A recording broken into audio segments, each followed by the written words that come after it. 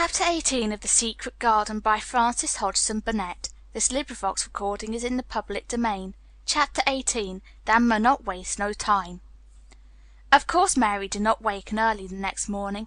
She slept late because she was tired, and when Martha brought her breakfast she told her that though Colin was quite quiet, he was ill and feverish as he always was after he had worn himself out with a fit of crying. Mary ate her breakfast slowly as she listened. "He says he wishes thou would please go and see him as soon as thou can," Martha said. "It's queer what a fancy he took to thee. Thou did give it him last night for sure, didn't thou? Nobody else would have dared to do it. Poor lad, he's been spoilt till salt won't save him. Mother says as the two worst things as can happen to a child is never to have his own way, or always to have it. She doesn't know which is the worst. Thou was in a fine temper thyself, too. But he says to me when I went into his room, 'Please ask Miss Mary if she'll come and talk to me.' Think of him saying 'please.' Will you go, miss?" "I'll run and see Dickon first," said Mary. "No, I'll go and see Colin first and tell him I know what I'll tell him," with a sudden inspiration. She had her hat on when she appeared in Colin's room, and for a second he looked disappointed. He was in bed, his face was pitifully white, and there were dark circles round his eyes. "I'm glad you came," he said. "My head aches, and I ache all over because I am so tired. Are you going somewhere?" Mary went and leaned against his bed. "I won't be long," she said. "I'm going to Dickon, but I'll come back. Colin, it's something about the garden." His whole face brightened, and a little color came into it. "Oh, is it?" he cried out. "I dreamed about it all night. I heard you say something about gray changing into green, and I dreamed I was standing in a place all filled with trembling little green leaves. And there were birds on nests everywhere, and they looked so soft and still. I'll lie and think about it until you come back." In 5 minutes Mary was with Dickon in their garden. The fox and the crow were with him again, and this time he had brought 2 tame squirrels. "I came over on the pony this morning," he said. He's a good little chap, Jump is. I brought these 2 in my pockets. This here one's called Nut, and this here other one's called Shell." When he said Nut, one squirrel leaped on to his right shoulder, and when he said Shell, the other one leaped on to his left shoulder. When they sat down on the grass with Captain curled at their feet, Soot solemnly listened on a tree, and Nut and Shell nosing about close to them. It seemed to Mary that it would be scarcely bearable to leave such delightfulness, but when she began to tell her story, somehow the look in Dickon's funny face gradually changed her mind. She could see he felt sorrier for Colin than she did. He looked up at the sky and all about him. "Just listen to them birds. The world seems full of 'em, all whistlin' and pipin'," he said. "Look at 'em dartin' about, and hearken at them callin' to each other. Come springtime seems like as if all the world's callin'. The leaves is curlin' so you can see 'em, and my word, the nice smells there is about," sniffing with his happy turned up nose. "And that poor lad lyin' shut up and seein' so little that he gets to thinkin' of things as set him screamin'. My, we mun get him out of here. We mun get him watchin' and listenin' and sniffin' up there, and get him just soaked through with sunshine, and we mun not lose no time about it." When he was very much interested he often spoke quite broad Yorkshire, though at other times he tried to modify his dialect so that Mary could better understand. But she loved his broad Yorkshire, and had in fact been trying to learn to speak it herself, so she spoke a little now. "Aye, that we mun," she said, which meant yes, indeed we must. "I'll tell thee what us'll do first," she proceeded, and Dickon grinned, and because when the little wench tried to twist her tongue into speaking Yorkshire, it amused him very much. "He took a greatly fancy to thee.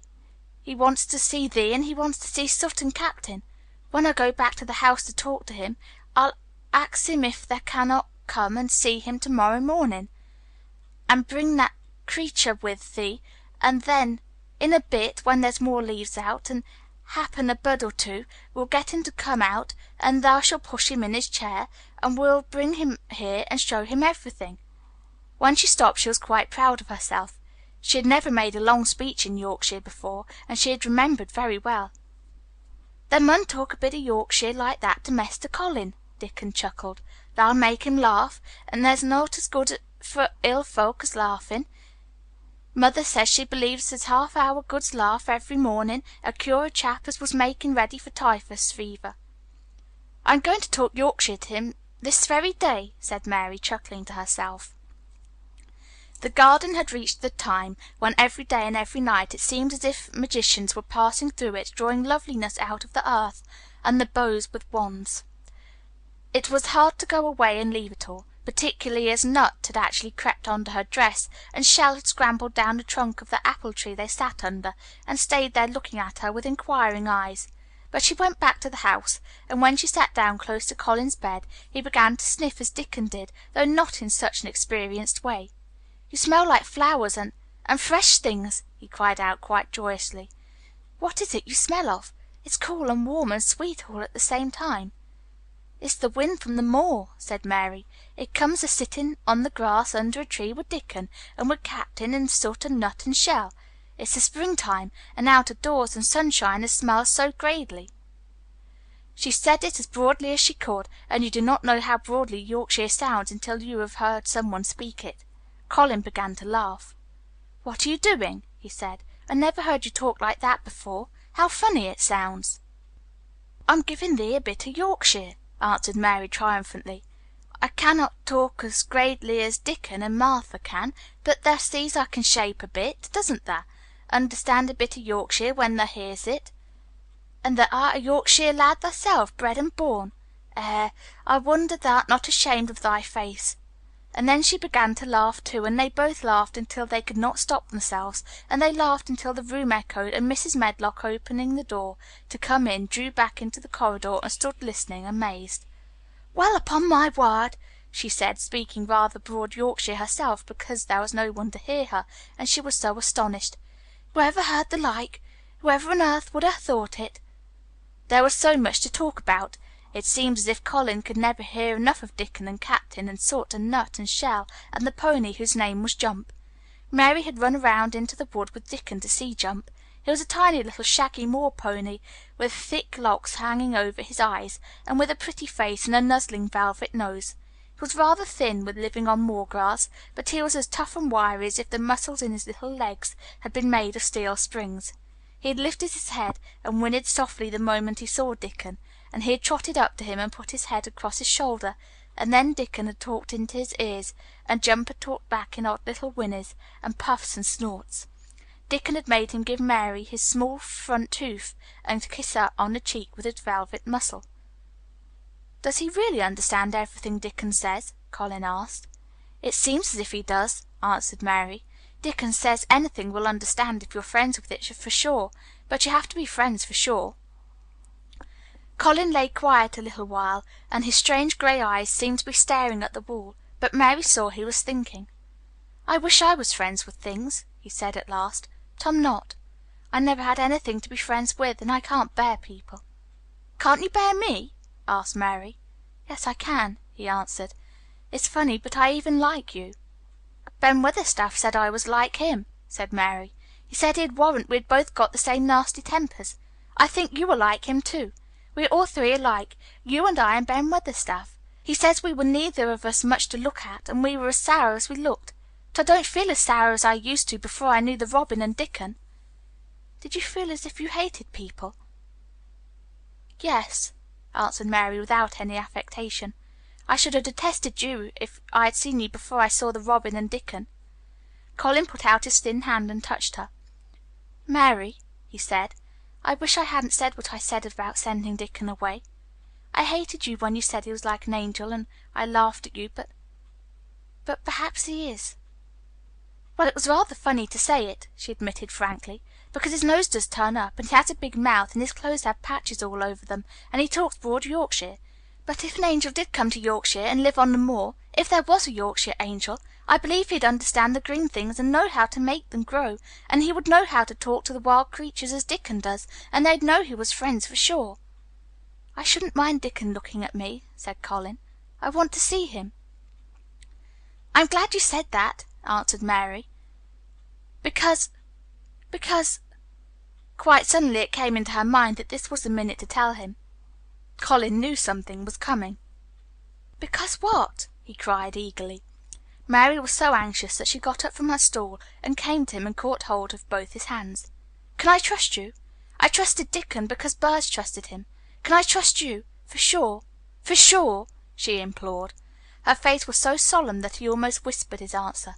"Yes, yes."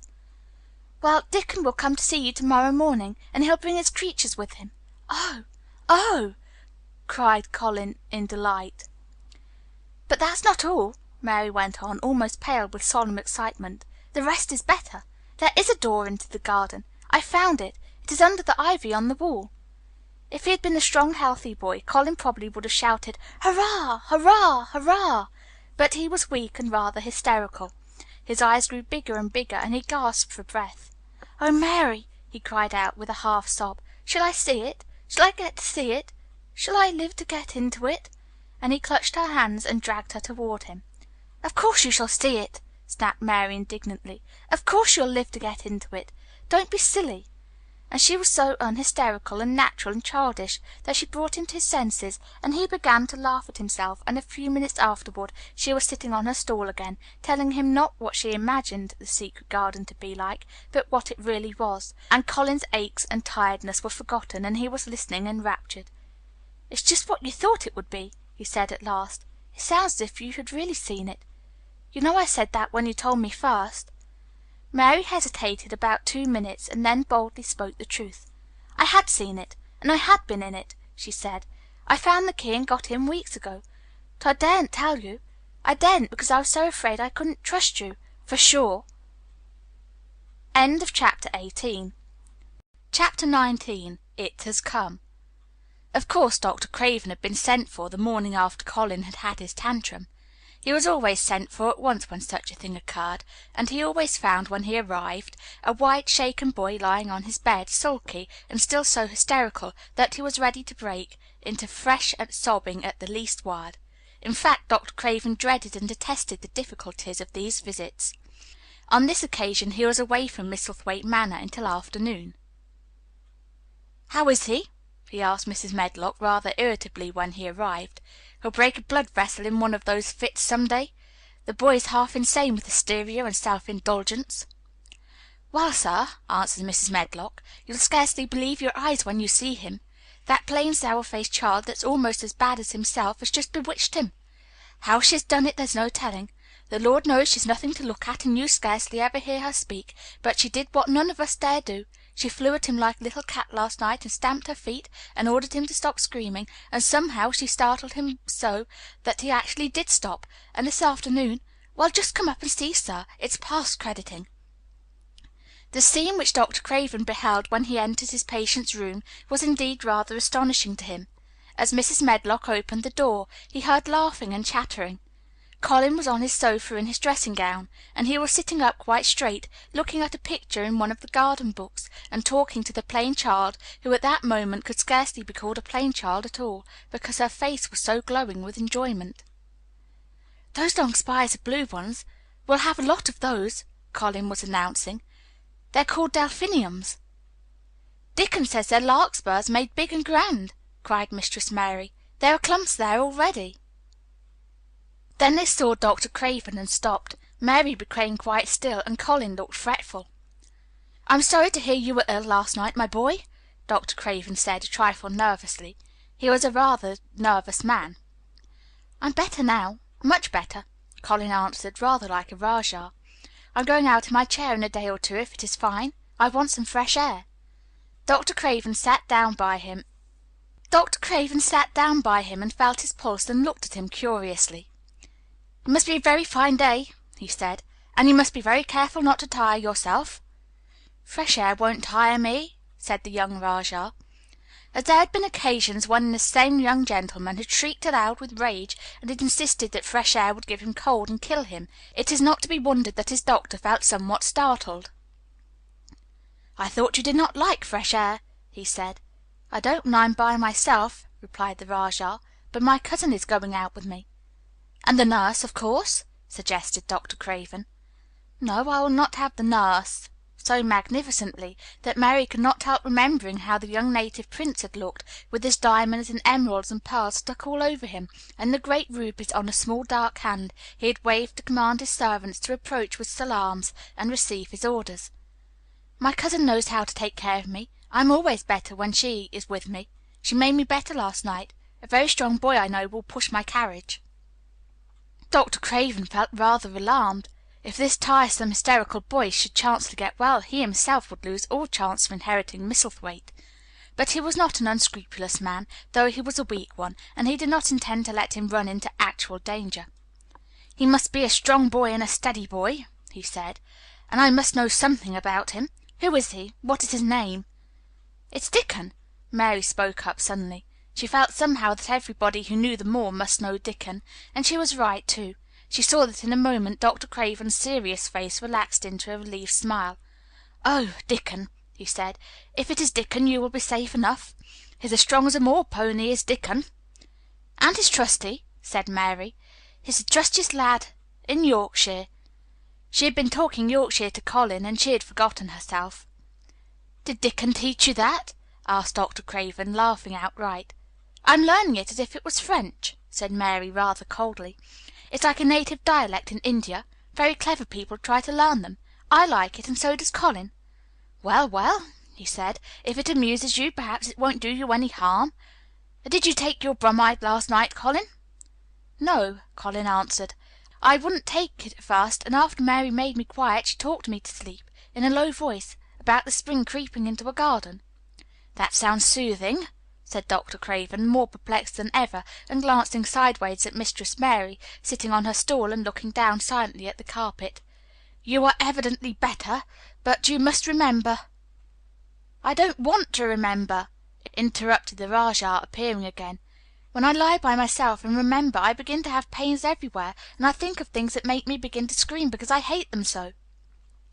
If there's a doctor anywhere who could make you forget you were ill instead of remembering it, I would have him brought here," and he waved a thin hand which ought really to have been covered with royal signet rings made of rubies. "It is because my cousin makes me forget that she makes me better." Dr. Craven had never made such a short stay after a tantrum. Usually he was obliged to remain a very long time and do a great many things. This afternoon he did not give any medicine or leave any new orders, and he was spared any disagreeable scenes. When he went downstairs he looked very thoughtful, and when he talked to Mrs. Medlock in the library she felt that he was a much puzzled man. "Well, sir," she ventured, "could you have believed it?" "It is certainly a new state of affairs," said the doctor, "and there's no denying it is better than the old one." "I believe Susan Sowerby's right, I do that," said Mrs. Medlock. "I stopped in her cottage on my way to Thwaite yesterday and had a bit of a talk with her, and she says to me, 'Well, Sarah Ann, she mayn't be a good child and she mayn't be a pretty one, but she's a child, and children need children.' We went to school together, Susan Sowerby and me." "She's the best sick nurse I know," said Dr. Craven. "When I find her in a cottage I know the chances are that I shall save my patient." Mrs. Medlock smiled. She was fond of Susan Sowerby. "She's got a way with her, has Susan," she went on quite volubly. "I've been thinking all morning of one thing she said yesterday. She says, 'Once when I was giving the children a bit of a preach after they had been fighting, I says to them all, when I was at school my geography told us the world was shaped like an orange, and I found out before I was 10 that the whole orange doesn't belong to nobody. No one owns more than his bit of a quarter, and there's times it seems like there's not enough quarters to go around. But don't you, none of you, think as you own the whole orange, or you'll find out you're mistaken, and you won't find it out without hard knocks. What children learns from children,' she says, 'is that there's no sense in grabbing at the whole orange peel and all. If you do, you'll likely not even get the pips, and them's too bitter to eat.'" "She's a shrewd woman," said Dr. Craven, putting on his coat. "Well, she's got a way of saying things," ended Mrs. Medlock, much pleased. "Sometimes I've said to her, Susan, if you was a different woman and didn't talk such broad Yorkshire, I've seen the times when I should have said you was clever." That night Colin slept without once awakening, and when he opened his eyes in the morning he lay still and smiled without knowing it, smiled because he felt so curiously comfortable. It was actually nice to be awake, and he turned over and stretched his limbs luxuriously. He felt as if tight strings which had held him had loosened themselves and let go. He did not know that Dr. Craven would have said that his nerves had relaxed and rested themselves. Instead of lying and staring at the wall and wishing he had not awakened, his mind was full of the plans he and Mary had made yesterday, of pictures of the garden, and of Dickon and his wild creatures. It was so nice to have things to think about, and he had not been awake more than 10 minutes when he heard feet running along the corridor, and Mary was at the door. The next minute she was in the room and had run across to his bed, bringing with her a waft of fresh air full of the scent of the morning. "You've been out! You've been out! There's that nice smell of leaves!" he cried. She had been running, and her hair was loose and blown, and she was bright with the air and pink cheeked, though he could not see it. "It's so beautiful," she said, a little breathless with her speed. "You never saw anything so beautiful. It has come. I thought it had come that other morning, but it was only coming. It is here now. It has come. The spring. Dickon says so." "Has it?" cried Colin, and though he really knew nothing about it, he felt his heart beat. He actually sat up in bed. "Open the window," he added, laughing half with joyful excitement and half at his own fancy. "Perhaps we may hear golden trumpets." And though he laughed, Mary was at the window in a moment, and in a moment more it was opened wide, and freshness and softness and scents and bird songs were pouring through. "That's fresh air," she said. "Lie on your back and draw in long breaths. That's what Dickon does when he's lying on the moor. He says he feels it in his veins and it makes him strong, and he feels as if he could live for ever and ever. Breathe it and breathe it." She was only repeating what Dickon had told her, but she caught Colin's fancy. "For ever and ever!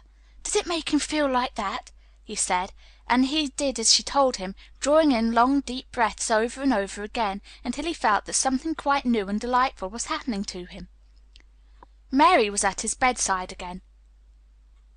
"Things are crowding up out of the earth," she ran on in a hurry, "and there are flowers uncurling, and buds on everything, and the green veil has covered nearly all the gray, and the birds are in such a hurry about their nests for fear they may be too late, that some of them are even fighting for places in the secret garden.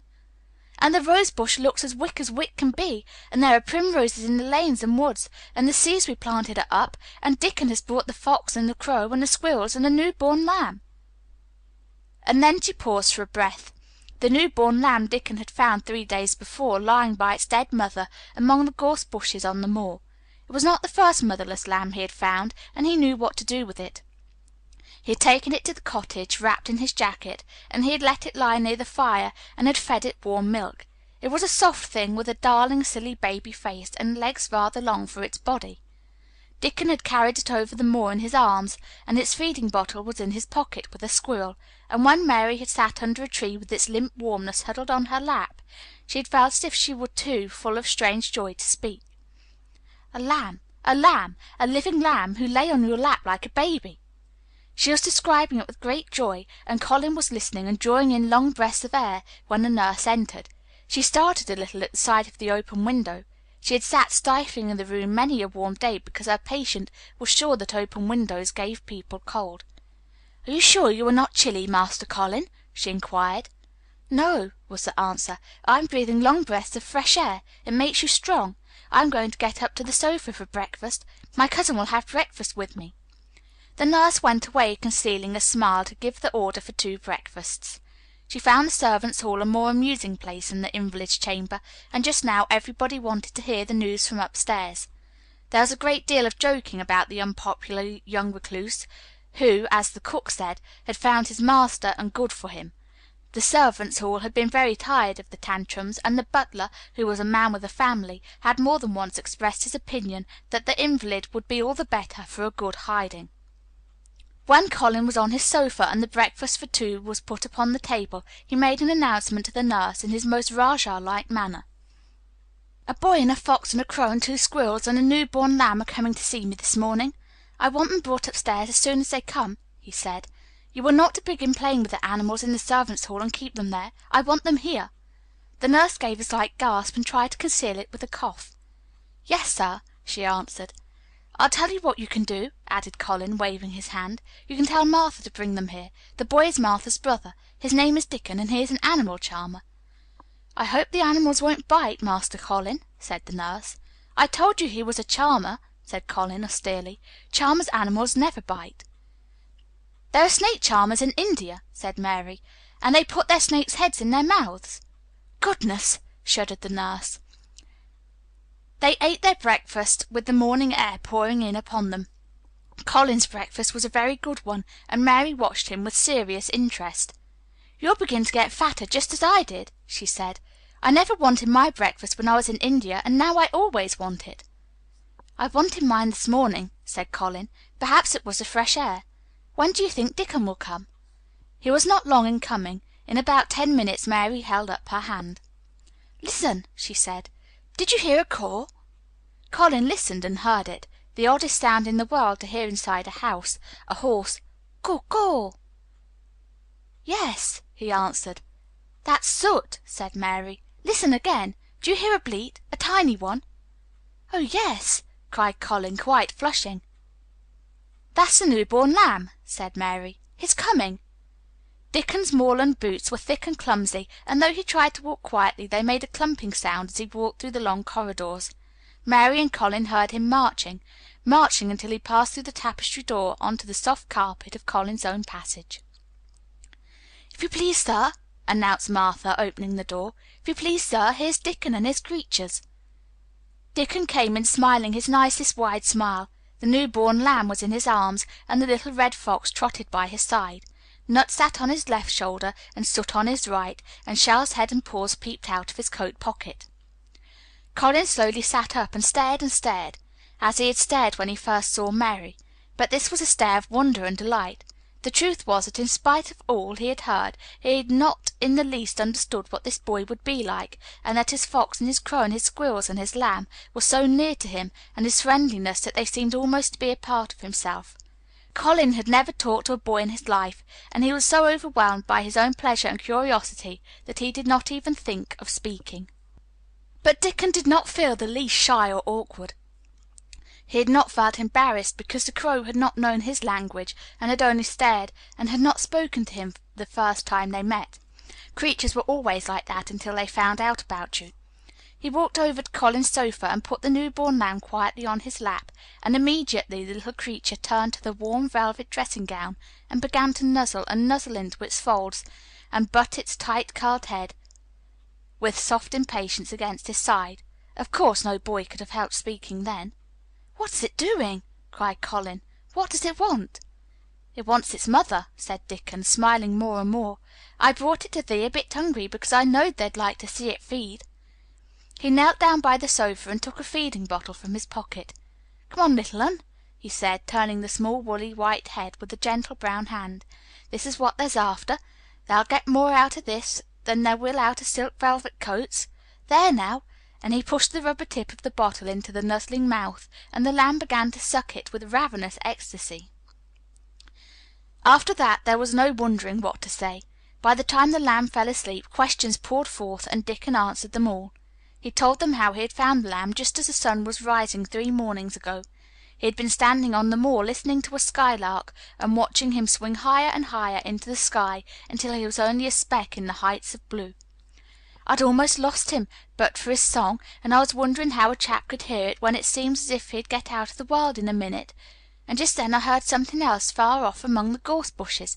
It was a weak bleating, and I knowed it was a new lamb and was hungry, and I knowed it wouldn't be hungry if it hadn't lost its mother somehow, so I set off searching. I did have a look for it. I went in and out among the gorse bushes, and round, and I always seemed to take the wrong turning, but at last I seed a bit of white by a rock on top of the moor, and I climbed up and found the little un half dead with cold and clemming." While he talked, Soot flew solemnly in and out of the open window, and called remarks about the scenery, while Nut and Shell made excursions into the big trees outside, and ran up and down trunks and explored branches. Captain curled up near Dickon, who sat on the hearth rug from preference. They looked at the pictures in the gardening books, and Dickon knew all the flowers by their country names, and knew exactly which ones were already growing in the secret garden. "I could not say that there name," he said, pointing to one under which was written Aquilegia, "but us calls that a columbine, and that there one is a snapdragon, and they both grow wild in the hedges, but these is garden ones, and they're bigger and grander. There's some big clumps of columbine in the garden. They'll look like a bed of blue and white butterflies fluttering when they're out." "I'm going to see them," cried Colin. "I'm going to see them." "Aye, that thou mun," said Mary quite seriously, "and thou mun not lose no time about it." Chapter 20. Recording by Ashley Jane.